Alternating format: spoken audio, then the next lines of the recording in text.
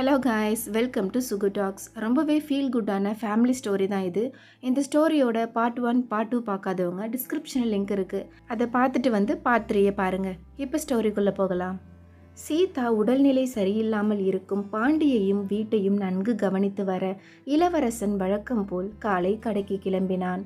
அப்போது பாண்டிக்கு அடிப்பட்ட விஷயம் தெரிந்த சுந்தரம் பாண்டியை பார்க்க வீட்டிற்கு வந்தார். வந்தவரை சீதாவும் ருக்மணியும் அன்போடு வரவேற்க, என்னம்மா சீதா, இது பாண்டிக்கு அடிபட்டிருக்கு, உடனே சொல்லியிருக்க கூடாதா? இத்தனை நாள் கழிச்சா சொல்லுவாங்க என்று சுந்தரம் கேட்க, சம்மந்தி, பெரிய அடியெல்லாம் ஒன்றும் இல்லை சம்மந்தி. தெரியாமல் ஏதாவது நடந்துருந்துச்சுன்னா பரவாயில்ல. ஃப்ரெண்ட்ஸ் எல்லாரும் சேர்ந்து கேம் விளையாடுறோம்னு திமிரெடுத்து போய் இப்படி விழுந்துட்டான். அதான் இப்போ இப்படி கிடக்கான். சொல் பேச்சு கேட்டால் இந்த நிலமை வருமா? எப்போ பார்த்தாலும் விளையாட்டுத்தனம்தான். பெரிய அடியெல்லாம் ஒன்றும் இல்லை சம்மந்தி. எதுக்கு உங்களை வீணா அலைய வைக்கணும்னு தான் உங்களுக்கு சொல்ல வேணாம்னு சீதா கிட்ட சொன்னேன் என்றாள் ருக்மணி. இதில் என்ன இருக்குது சம்மந்தி? உங்களை விட்டா எனக்கு வேற யார் இருக்கா? ஏதாவது பிரச்சனைனா நீங்கள் தயங்காமல் ஃபோன் பண்ணுங்க. இதில் எனக்கு எந்த சங்கடமும் இல்லை சம்மந்தி என்று சுந்தரம் பாண்டியை பார்க்க அறைக்கு சென்றார். என்னப்பா இது, பார்த்து இருந்திருக்க கூடாதா என்று சுந்தரம் கேட்க, மாமா, சின்ன அடிதான் மாமா, நீங்கள் பயப்படுற மாதிரியெல்லாம் எதுவும் இல்லை. இதுக்காக எதுக்கு நீங்கள் இவ்வளவு தூரம் மெனக்கட்டு வந்திருக்கீங்க என்றான் பாண்டி. உங்கள் அம்மா மாதிரியே நீயும் இப்படி கேட்குறியே பாண்டி. உனக்கு அடிப்பட்ட விஷயம் தெரிஞ்சதுக்கப்புறமா அங்கே நான் எப்படி என்னோட வேலையை பார்க்க முடியும்? அதான் உன்னை நேரில் ஒரு தடவை பார்த்துட்டு போகலாம்னு வந்தேன். வயசு பையன், சுறுசுறுப்பாக இருக்க வேண்டிய உடம்பு, இப்போ இப்படி அடிபட்டு வீட்டில் இருக்க வேண்டியதாக ஆயிடுச்சு. உனக்கு கல்யாணம் பண்ணணும்னு வீட்டில் எல்லாரும் முடிவு பண்ணியிருக்காங்க. உனக்கு கல்யாணம் ஆயிடுச்சுன்னா நீ ஒரு குடும்ப தலைவனாக ஆயிடுவ. இனிமே இப்படி விளையாட்டுத்தனமாக இல்லாமல் பொறுப்பாக இருப்பா. மாமா, நீங்களுமா?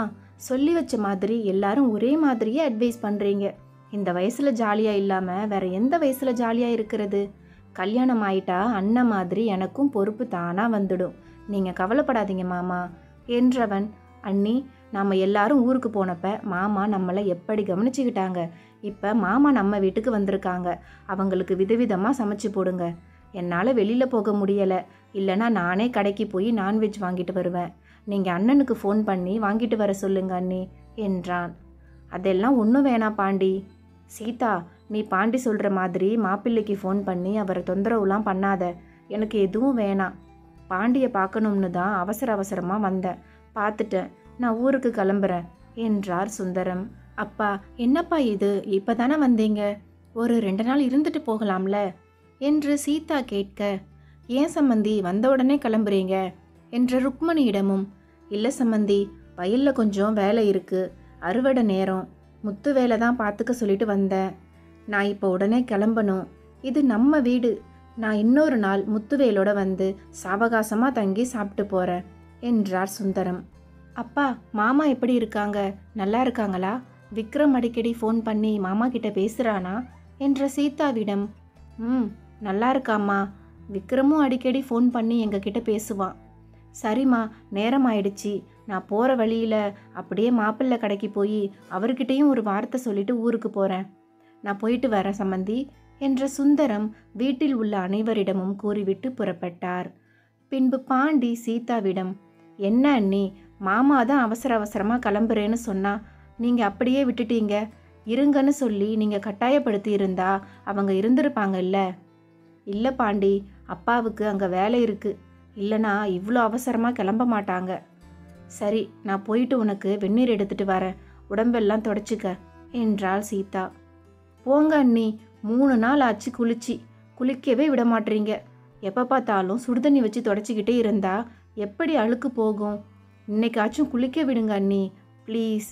இல்லை பாண்டி, நீ குளிக்கிறன்னு காயத்தில் தண்ணி பட்டுடுச்சுன்னா செப்டிக் ஆகிடும், அப்புறம் சரியாக லேட் ஆகும், மேற்கொண்டு உனக்கு தான் கஷ்டம். அதெல்லாம் நான் காயத்தில் படாமல் குளிச்சிக்கிறேன் அண்ணி. நீங்கள் நான் குளிக்கிறதுக்கு பாத்ரூமை ரெடி பண்ணுங்க. சொன்னால் கேட்க மாட்டியே. சரி, நான் உன்னை பாத்ரூம் கூட்டிகிட்டு போயிட்டு உட்கார வைக்கிறேன். அத்தை வந்து உனக்கு முதுகு தைச்சி விட்டு காயத்தில் படாமல் குளிப்பாட்டுவாங்க. வேணாம் அண்ணி, நானே குளிச்சிக்கிறேன். சும்மா இரு பாண்டி, அத்தை குளிப்பாட்டுவாங்க, இல்லைனா அப்புறம் நான் தான் வந்து உன்னை குளிப்பாட்ட வேண்டியதாக இருக்கும், ஓகேவா என்று கிண்டலாக கூறிய சீதாவிடம், ஐயோ வேணாம் அண்ணி, அம்மாவே என்னை குளிப்பாட்டட்டும். சரி சரி பயப்படாத, நான் சும்மா தான் சொன்னேன். அத்தையே வந்து உன்னை குளிப்பாட்டுவாங்க. நான் போயிட்டு பாத்ரூமை ரெடி பண்ணிட்டு உன்னை கூட்டிட்டு போகிறேன் என்று கூறிவிட்டு சென்ற சீதா குளியல் அறையை பாண்டி குளிப்பதற்காக தயார் செய்துவிட்டு பாண்டியையும் அழைத்து சென்று ஒரு ஸ்டூலில் உட்கார வைத்தாள். பிறகு அத்தையிடம் பாண்டியை குளிக்க வைக்குமாறு கூறிவிட்டு தன் சமையல் வேலைகளை தொடர்ந்தாள். அப்போது பாண்டிக்கு ஃபோன் வரவே சீதா அதை எடுக்கவில்லை. திரும்ப திரும்ப வந்து கொண்டிருந்ததை கேட்ட பாண்டி, அண்ணி ஃபோன் ரொம்ப நேரமாக அடிக்குது, எடுத்து யாருன்னு கேளுங்க என்றான். சரி பாண்டி என்று கூறியவள் அவனின் சம்மதத்தோடு எடுத்து பேசினாள். ஹலோ என்ற சீதாவிடம், நான் நளினி, பாண்டியோட ஆஃபீஸில் ஒன்றா வேலை செய்கிறேன். பாண்டி இருக்கானா? இருக்காம்மா, குளிச்சிட்டு இருக்கான். ஏதாச்சும் முக்கியமான விஷயம் சொல்லணுமா என்ற சீதாவிடம், நீங்கள் யாருன்னு தெரிஞ்சுக்கலாமா என்றாள் நளினி. நான் அவனோட அண்ணி சீதா. ஓ நீங்களா, எப்படி இருக்கீங்க? உங்களை பற்றி பாண்டி நிறைய சொல்லியிருக்கான். ஓ அப்படியா? அவன் அப்படித்தான், மனசில் எதையும் வச்சுக்க மாட்டான். அவன் மேலே யாராவது அன்பு காட்டுனா அவங்கள பற்றி தான் பேசிகிட்டு இருப்பான். அது எனக்கு நல்லாவே தெரியும் அண்ணி. எப்போ பார்த்தாலும் அண்ணி புராணம்தான், உங்களை பற்றி தான் பேசுவான். அப்போவே நான் தெரிஞ்சுக்கிட்டேன் உங்கள் மேலே அவன் ரொம்ப பாசமாக இருக்கான்னு. அவனை பார்த்து பேசி 3 நாள் ஆயிடுச்சு. அதான் எப்படி இருக்கான்னு கேட்கலாம்னு ஃபோன் பண்ணேன். சரிம்மா, அவன் குளிச்சுட்டு வந்ததும் உனக்கு ஃபோன் பண்ண சொல்லி சொல்கிறேன். நீங்கள் நான் ஃபோன் பண்ணதா சொன்னாலும் அவன் எனக்கு ஃபோன் பண்ண மாட்டான். ஏம்மா என்ற சீதாவிடம், அவன் அப்படித்தான் அண்ணி. ஆஃபீஸ்லையும் எந்த பொண்ணுங்க கூடயும் பேச மாட்டான். அவனுக்கு ஃப்ரெண்ட்ஸ்னால் அது பாய்ஸ் மட்டும்தான். எங்கள் கூடலாம் அவன் பேசவே மாட்டான். அவன்கிட்ட எனக்கு பிடிச்சதே அதுதான். ஓ கதை அப்படி போகுதா என்றவாறு தனக்குள் பேசிக்கொண்டாள். சரிம்மா, அவன் வந்ததும் நான் சொல்கிறேன். அவன் ஃபோன் பண்ணுறதும் பண்ணாததும் அவன் விருப்பம் என்ற சீதாவிடம், பரவாயில்ல அண்ணி, அவன் நல்லா இருக்கானான்னு தெரிஞ்சுக்க தான் கால் பண்ணேன்.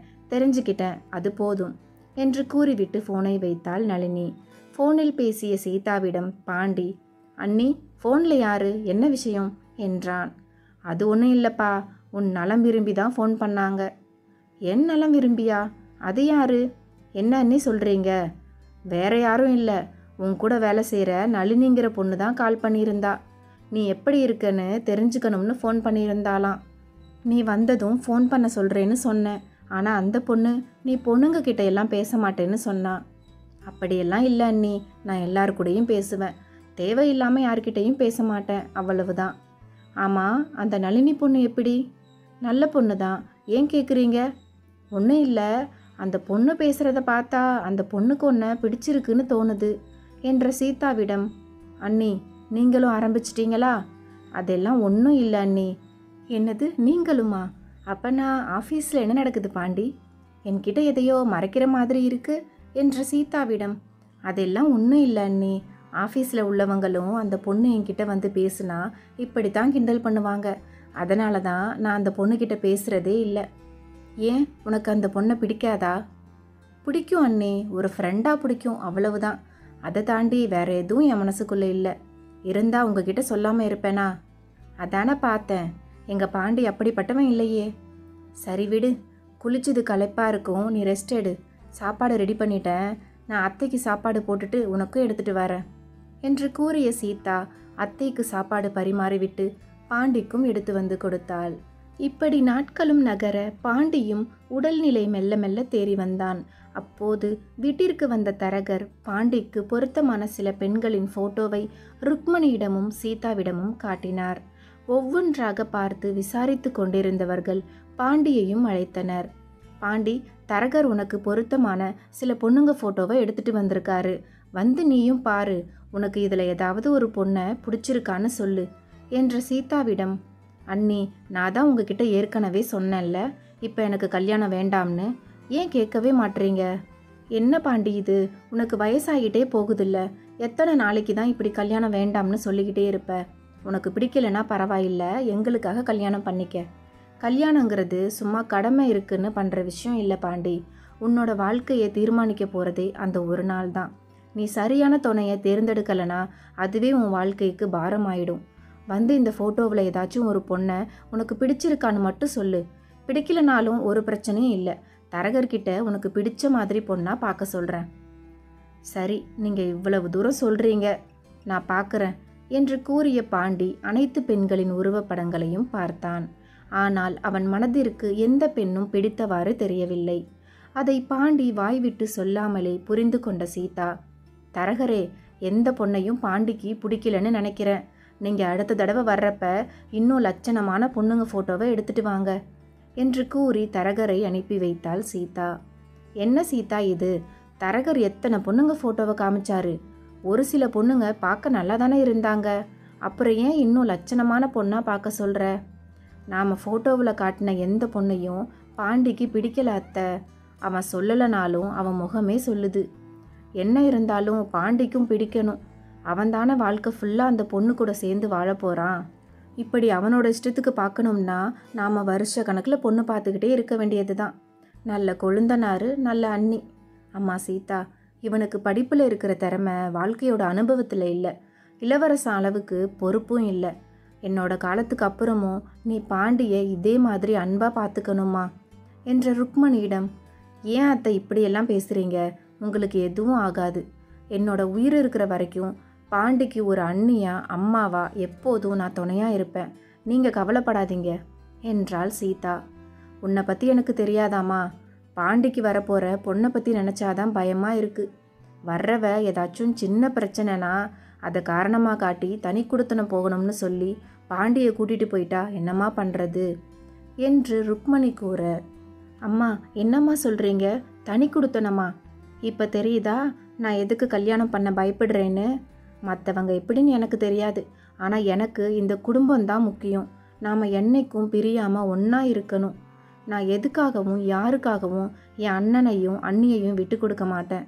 ஒருவேளை எனக்கு வரப்போகிற பொண்ணு என்னை தனி குடித்தனம் போகணும்னு கூப்பிட்டா அவளை விட்டுட்டு வருவேனே தவிர என்னைக்கும் உங்களை விட்டுட்டு போக மாட்டேன் என்று பாண்டி கூற, அதை கேட்ட இருவருக்கும் ஆனந்தத்தில் கண்கள் கலங்கின. தம்பி, நீ நினைக்கிற மாதிரியெல்லாம் நடக்காதுப்பா. கண்டிப்பாக உன் நல்ல மனசுக்கு நல்ல பொண்ணாதான் உனக்கு அமையும். கவலைப்படாத என்றாள் சீதா. அண்ணி, நீங்கள் ரொம்ப நாளாக கேட்டீங்க என்கிட்ட எப்படிப்பட்ட பொண்ணு வேணும் சொல்லுன்னு. இப்போ சொல்கிறேன். எனக்கு படிப்போ வசதியோ முக்கியமில்லை. பார்க்க லட்சணமாக இருக்கணும்.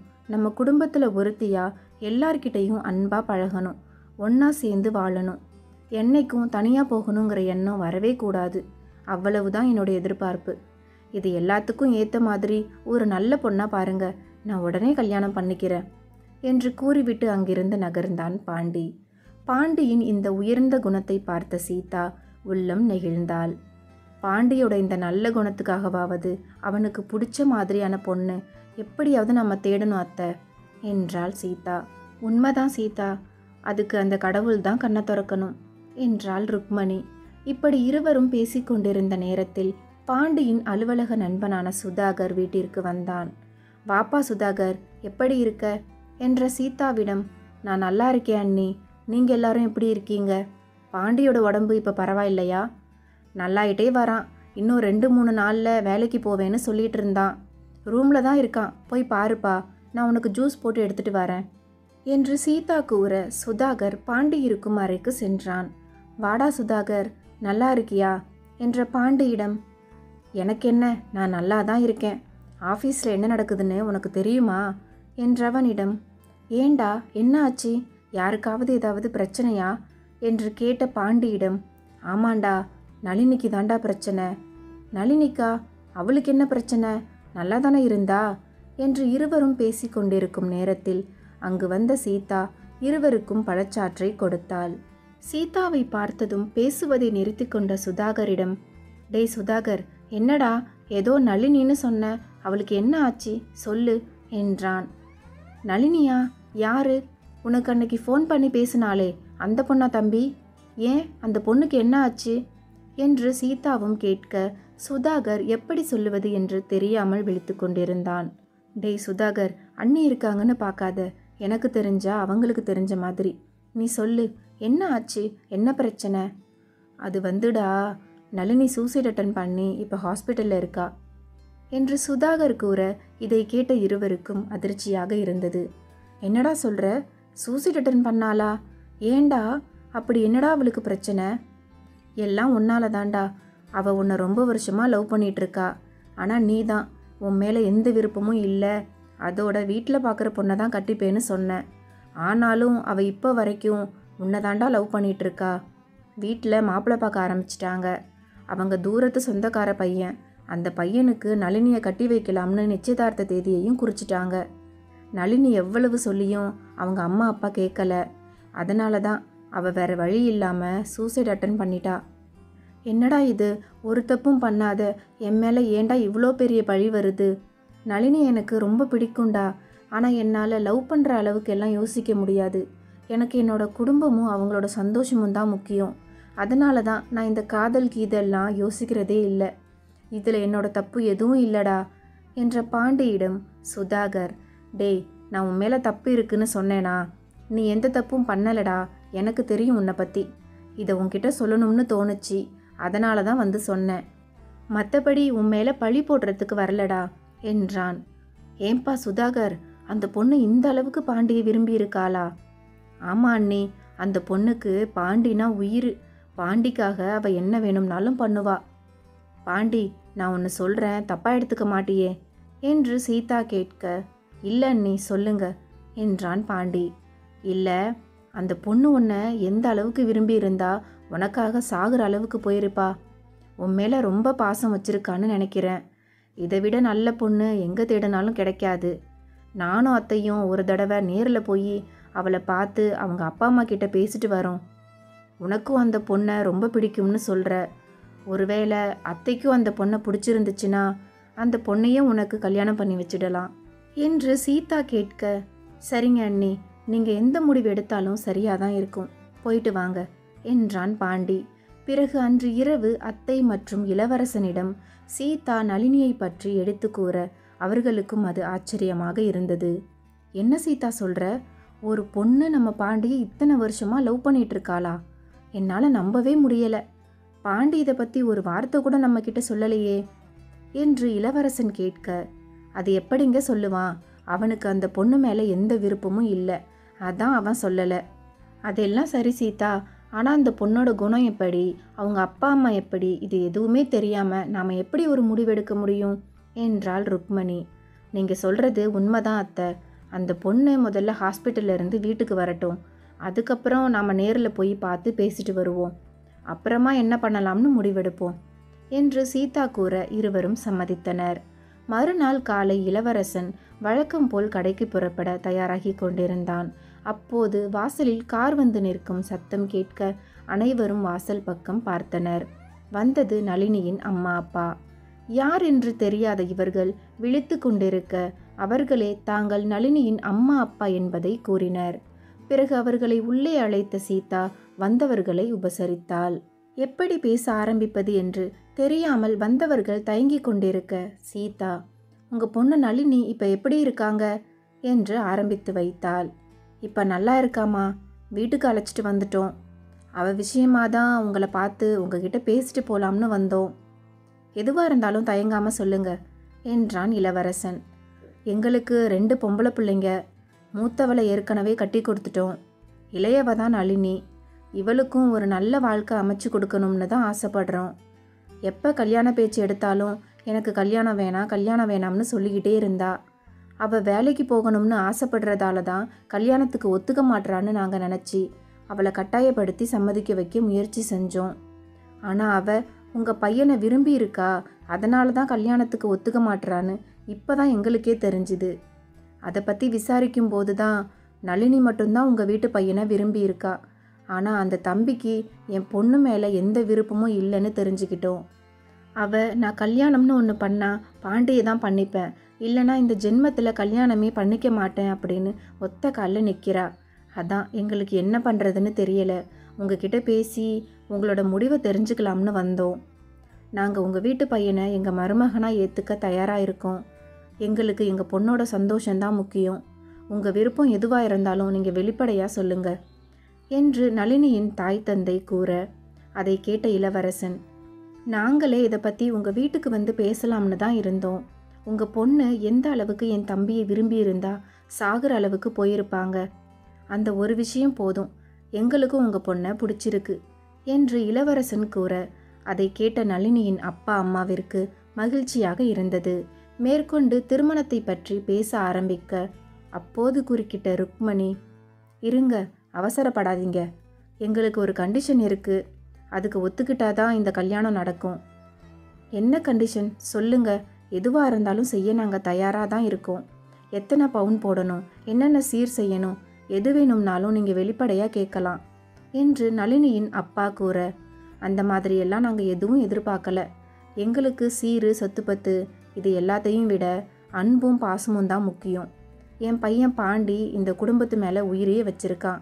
அதனால தான் உங்கள் பொண்ணு தன்னோட விருப்பத்தை சொல்லியும் அதை ஏற்றுக்கலை. நாங்கள் எதிர்பார்க்குறதெல்லாம் ஒன்று தான்.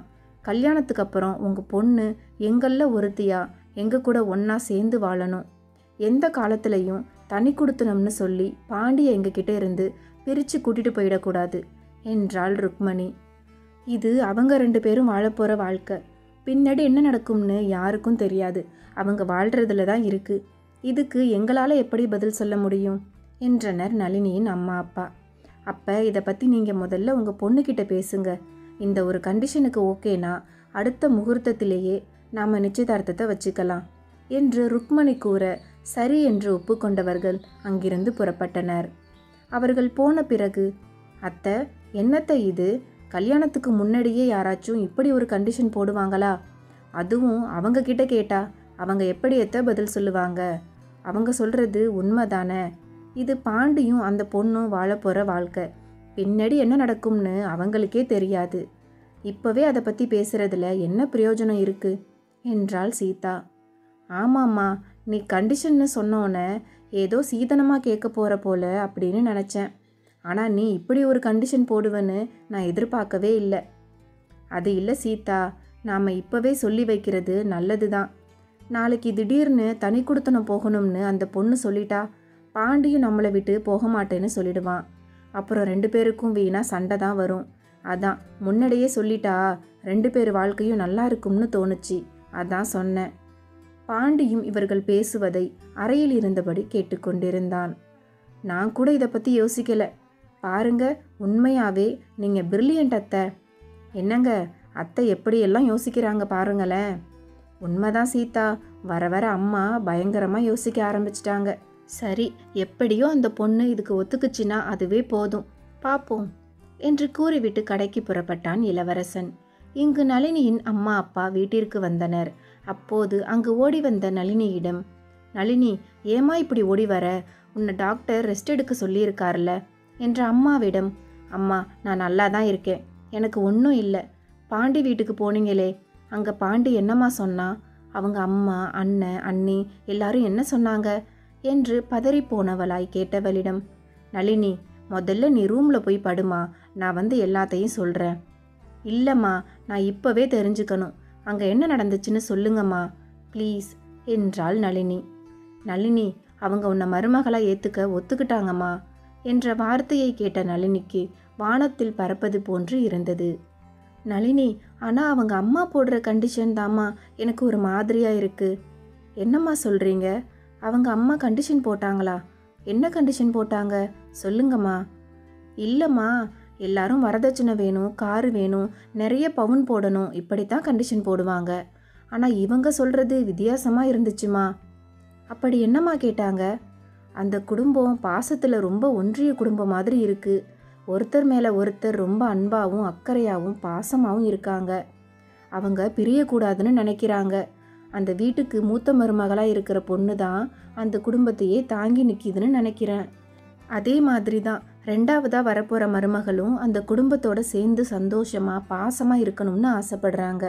அவங்களோட கண்டிஷனே நீ அந்த வீட்டுக்கு மருமகளாக போனதுக்கப்புறம் எந்த காரணத்தை கொண்டும் தனி கொடுத்தனம் போயிடக்கூடாதுங்கிறது தான். அம்மா, எனக்கு பாண்டியை பற்றியும் அவங்க குடும்பத்தை பற்றியும் நல்லா தெரியும். பாண்டி அவங்க குடும்பத்து மேலே உயிரையே வச்சுருக்கான். இன்ஃபேக்ட் அவன் இப்படி அவங்க குடும்பத்து மேலே அன்பாகவும் எந்த பொண்ணையும் ஏறெடுத்து பார்க்காதவனாகவும் இருக்கிறதால தான் அவனை எனக்கு ரொம்ப பிடிச்சிருந்துச்சு. அவங்க இப்படித்தான் ஒரு பொண்ணை எதிர்பார்ப்பாங்கன்னு தெரியும். ஆனால் அதையே கண்டிஷனாக போடுவாங்கன்னு நான் எதிர்பார்க்கவே இல்லை.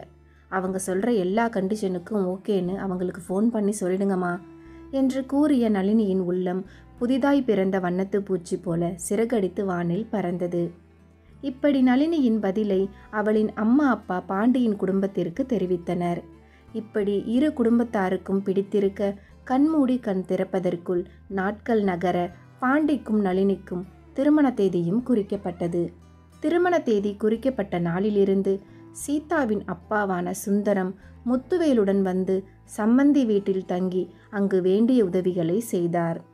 உறவினர்கள், நண்பர்கள் மற்றும் இரு குடும்பங்களின் ஆசீர்வாதத்தோடு பாண்டிக்கும் நளினிக்கும் திருமணம் நல்லபடியாக நடந்து முடிந்தது. திருமணத்திற்கு விக்ரம் தனது குடும்பத்துடன் வந்திருந்தது சீதாவிற்கு மகிழ்ச்சியாக இருந்தது.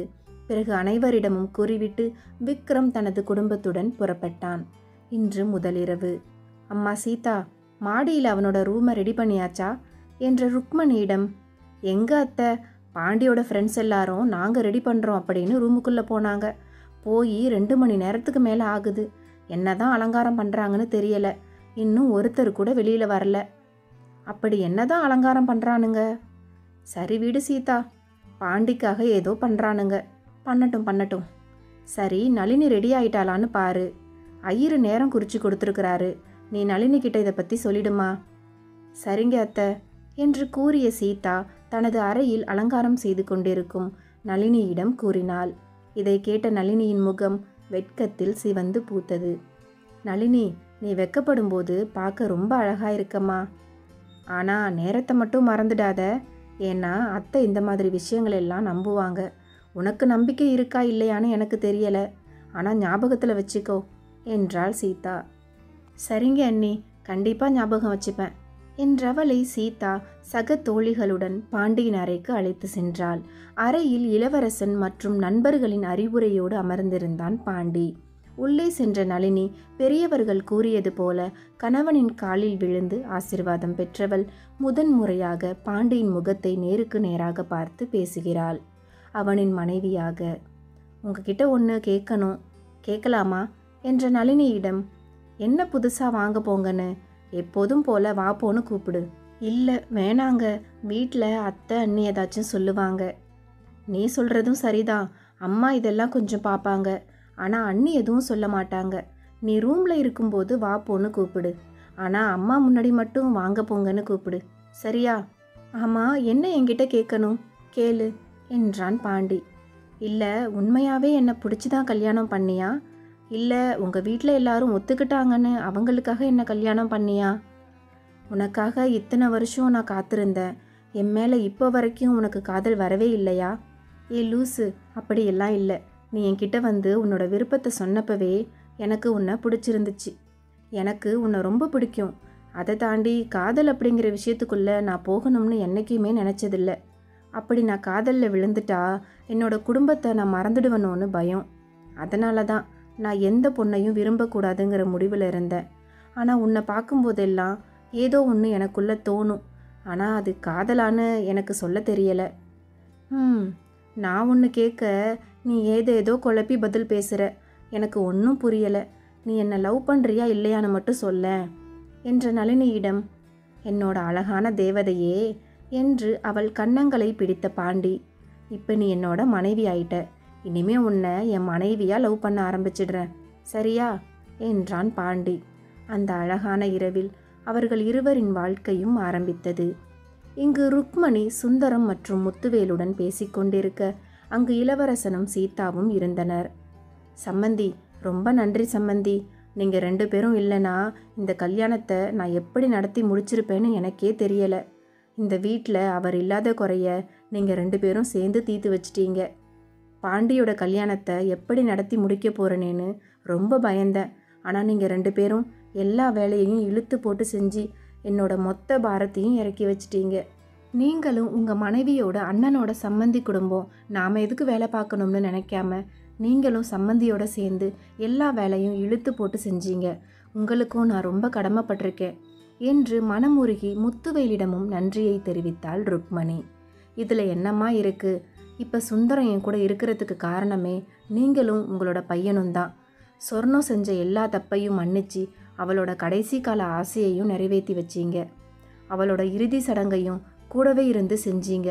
இவ்வளவு செஞ்ச உங்களுக்காக நான் இதை கூட செய்ய மாட்டேனா என்றார் முத்துவேல். அம்மா, முத்துவேல் அப்பாவையும் ஏன் பிரித்து பார்க்குறீங்க? அவரும் இந்த குடும்பத்தில் ஒருத்தர் மாதிரி தானே என்றான் இளவரசன். டேய், நான் பிரித்து எல்லாம் பார்க்கலடா. இருந்தாலும் இது எல்லாத்தையும் இழுத்து போட்டு செய்கிறதுக்கும் ஒரு மனசு வேணும்ல. அந்த மனசை பாராட்டுறதுக்கு தான் நான் அப்படி சொன்னேன். அத்தை, நாம் எல்லாரும் ஒன்றா சேர்ந்து வேலை செஞ்சதால தான் பாண்டியோட கல்யாணத்தை சிறப்பாக செய்ய முடிஞ்சுது. ஒரு வழியாக பாண்டிக்கும் ஒரு நல்ல வாழ்க்கை கிடைச்சதை நினச்சா ரொம்ப சந்தோஷமாக இருக்குது. ஆமாம் சீதா, நாம் வேண்டின மாதிரி அந்த கடவுள் நம்மளை கைவிடலை. அவனுக்கு பிடிச்ச மாதிரியும் இந்த குடும்பத்துக்கு ஏற்ற மாதிரியும் ஒரு நல்ல பொண்ணாக அமைஞ்சிருச்சு. அவங்க 2 பேரும் சந்தோஷமாக இருக்கணும் என்ற ருக்மணி. சரிங்க சம்மந்தி, காலையிலேருந்து வேலை செஞ்சு நீங்கள் 2 பேரும் ரொம்ப களைப்பாக இருப்பீங்க. நீங்கள் போய் படுத்து தூங்குங்க, காலையில் பேசிக்கலாம். சீதா, நேரமாகுது, நீங்களும் போய் படுங்க போங்க என்றாள். அங்கிருந்து நகர்ந்த சீதாவை பின்தொடர்ந்த இளவரசன், சீதா, அவங்க 2 பேரும் தான் ஃபர்ஸ்ட் நைட்டு கொண்டாடணுமா? ஏன் நாம் கொண்டாடக்கூடாதா என்றவாறு இளவரசன் கூற, உங்களுக்கு குட் நைட் என்றவாறு சிரித்து கொண்டே சீதா கூறினாள். அடிப்பாவி என்றவன் அறைக்கு சென்று சீதாவை பின்புறமாக அணைத்தான். இப்படி அவர்களின் வாழ்க்கை மகிழ்ச்சியாக இருந்த தருணம் அது. நாட்களும் நகர பாண்டிக்கும் நளினிக்கும் மறுவீடு போன்ற சடங்குகள் முடியும் வரை அவர்களுக்கு உதவியாயிருந்த சுந்தரமும் முத்துவேலும் பிறகு ஊருக்கு புறப்பட்டனர். அன்று இரவு சீதா இளவரசனிடம், என்னங்க, பாண்டியும் சீதாவும் ஒருத்தரை ஒருத்தர் புரிஞ்சுக்கிட்டாங்களா இல்லையா? அவங்க சந்தோஷமாக இருக்காங்களா இல்லையான்னு ஒன்றுமே தெரியலை. இதை அவங்க 2 பேர்கிட்ட கேட்கவும் முடியலை. பாண்டி மனசுக்குள்ள நளினி உண்மையாகவே இருக்காளான்னு சரியாக தெரியலை.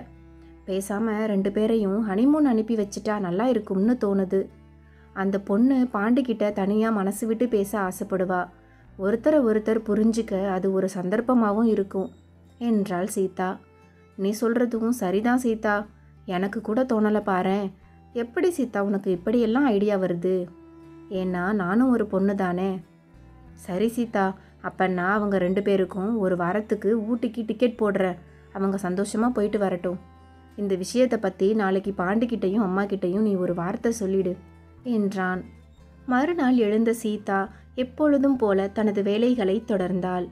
என்னம்மா சீதா, இன்னைக்கு சீக்கிரமாக எழுந்திரிச்சிட்ட போல என்ற ருக்மணியிடம், ஆமாங்க அத்தை, வேலை கொஞ்சம் நிறைய இருக்குது, அதான் சீக்கிரமாக எழுந்தேன். செய்கிறதுக்கு சரியாக இருக்கும். இளவரசன் எங்கம்மா? அவர் கடைக்கு கிளம்பிட்டு இருக்கார் அத்தை. நளினி கீழே இறங்கி வந்துட்டாளாமா? இன்னும் இல்லை அத்தை. ஏன், அவளையும் கூப்பிட்டு உனக்கு கூட மாட வேலை செய்ய சொல்ல வேண்டியது தானே? அத்தை, அவங்க புதுசாக கல்யாணம் ஆகியிருக்காங்க, சந்தோஷமாக இருக்கட்டும், விடுங்க அத்தை.